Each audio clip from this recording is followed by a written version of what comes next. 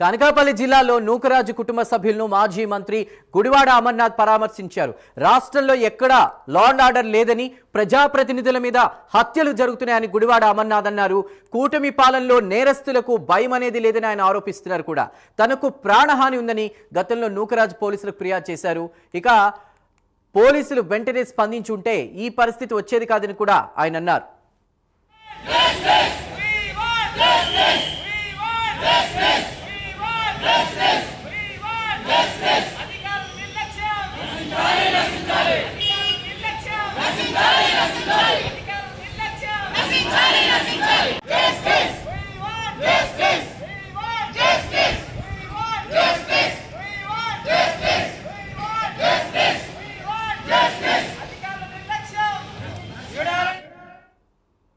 అనకాపల్లి జిల్లాలో నూకరాజు కుటుంబ సభ్యులను మాజీ మంత్రి గుడివాడ అమర్నాథ్ పరామర్శించారు.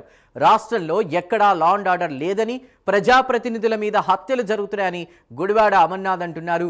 కూటమి పాలనలో నేరస్తులకు భయం అనేది లేదని ఆయన ఆరోపించారు. ఇక తనకు ప్రాణహాని ఉందని గతంలో నూకరాజు పోలీసులకు ఫిర్యాదు చేశారని తెలిపారు. అయితే పోలీసులు వెంటనే స్పందించి ఉంటే ఈ పరిస్థితి వచ్చేది కాదని అమర్నాథ్ అంటున్నారు.